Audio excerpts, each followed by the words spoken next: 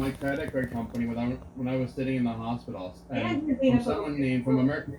And you're Hold on. From someone named Babu at American Express phoned me saying, "Hey, I want to talk to Jessica. This is the fraud department because I did a call." So she said her name was Babu, and I'm like, "Yeah, I'm Jessica. What's the problem?" Like, "No, I need to talk to Jessica." And then she hung up the phone. I phoned back. I told them what happened. Is it because you sounded like a man? Exactly. So what does that have? What does that have to do with being an immigrant?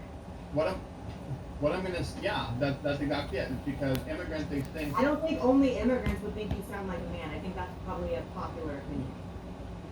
I might, but you can't tell me, Claire, that before your transition you did not sound the way you currently do. You cannot. I've always sounded like this. My voice never dropped. I've always sounded like this. Well, then you're lucky. Voice. You're lucky. You're lucky.